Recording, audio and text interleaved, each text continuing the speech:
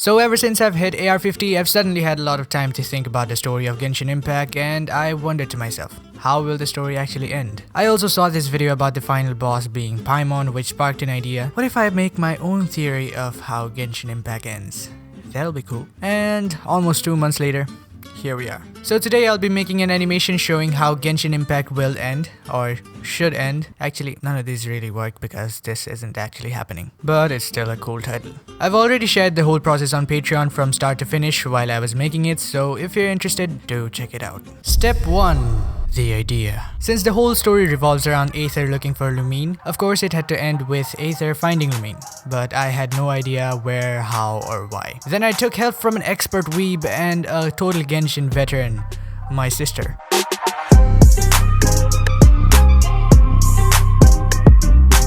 We were looking into the Genshin lore and then figured that it could be like a sequel to the game's trailer where Lumine sees Aether and says something along the lines of, "Then you will understand." So I started working on a concept art. We planned on having the meet in the Celestia, which I assumed is the location of the game's title screen. Besides that, I didn't have a lot of creative ideas, so I summoned my army of true Genshin simps. We finally got a solid idea that it'll be a teaser type animation with an open-ended story with Aether meeting Lumine near the portal doorway. They also pitched ideas about the dialogue, but I ended up going for a line that my sister suggested. "Do you understand now, brother?" I asked Charan from Just 3D Things if he could help me find someone who could do the voiceover, but then we realized that Ellie, who is a part of Blender Nest, would be perfect for this role. Since I had in mind the exact tone I wanted the voice to be in, I asked her for a lot of revisions and she did each one of them till I was satisfied. Do you understand now, brother? So thanks Ellie, that was some great help. There were more ideas like having old Mondstadt behind an infinite translucent wall connected to the door, but that would just be too much work and it wouldn't even make much sense, to be honest.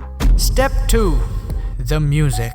I wanted to get the feel of how the video should flow, for which I wrote a piano piece that pretty much had the exact vibe I wanted. I experimented with different melodies but then came up with this one, which I developed into a whole song with some frozen strings, a choir, and some pads to add atmosphere.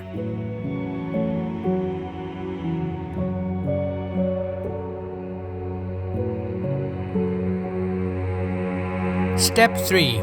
The Blockout. By now, I had a good idea of what the scene was going to be like, so I started modeling the basic shapes by looking at the references from the game's title screen as well as the first cutscene where Aether and Lumine fight with the unknown goddess. Once I had the pillars, bridges, and other stuff roughly in place, I added a camera and started working on the composition for the first shot, which I imagined to be something that shows off the whole environment in a single frame. I tried to match it with the music as well so that I could decide the pacing right away. It is shabby, but it is a good start. Similarly, I added the other cameras as well. My main goal right now was figuring out the camera angles and composition rather than the movement or transitions. To help with that, I also added 2 cubes to act as placeholders for Aether and Lumine. I tried many different angles which had to be ditched and changed completely later because they didn't work with each other very well. All of this finally led to a very basic but finished block out of the animation, which means that now I can get into step 4.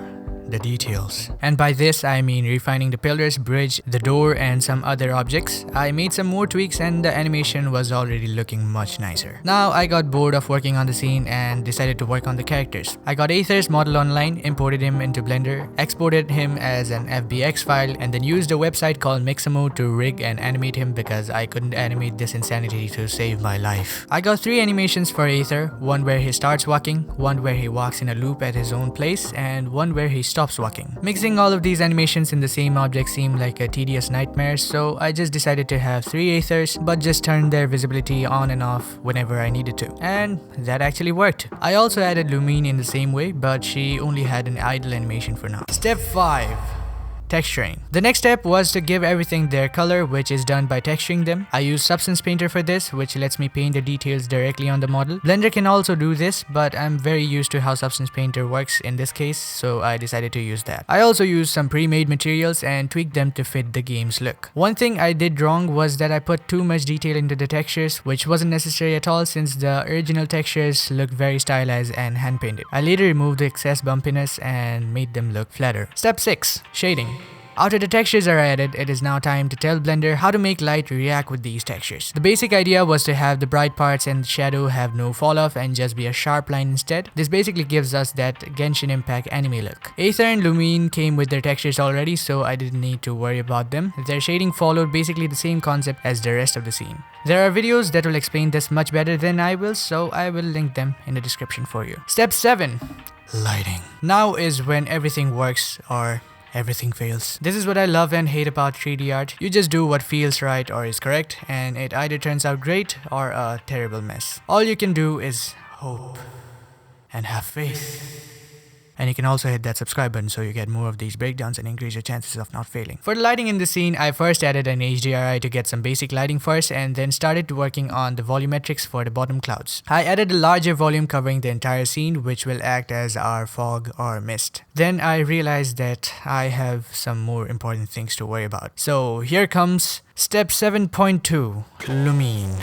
I almost forgot that Lumine wasn't fully animated as she moved a bit like Annabelle at the moment. Since the final shot of the animation is a very important one and a close-up as well, I wanted some control over her face and expressions. So for this one, I had to use the rig that came with the original downloaded model. First off, I hand animated the turn and look over the shoulder animation and also animated her eyes. Now we come back to the lighting step again, and this time we work on it for real. I made a gradient so that the fog gets thicker as farther it gets. I gave it an orangey color but kept the bottom clouds white. Moreover, I animated the sun slightly to move in this shot to make it more interesting. I also added a white highlight to some objects like the pillars to make them look even more stylized. Step 8. More details. Don't let the name fool you. This is actually a very important step to make your work look more professional than it really is. While I say details, I have yet to animate the mouth, so it is actually quite significant. What I did was just import the raw voiceover into Blender's video sequencer and animated the shape keys according to the voice. Looking for the right mouth shapes was a pain because I can't read Japanese, but I did it anyway and it looked pretty dope.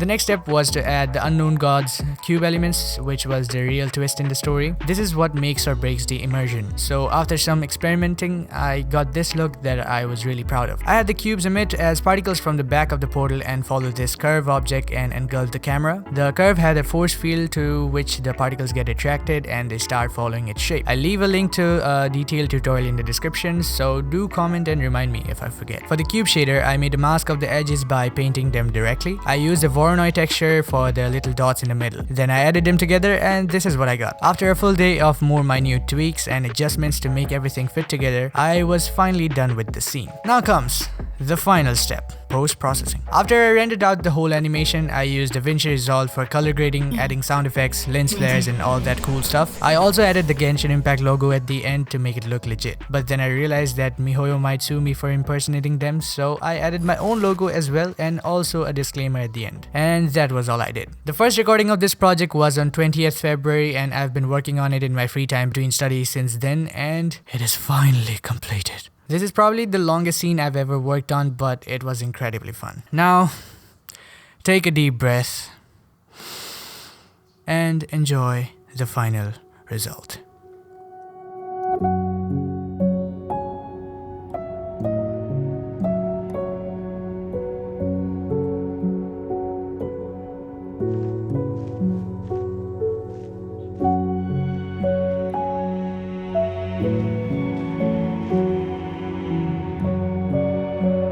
Do you understand now, brother?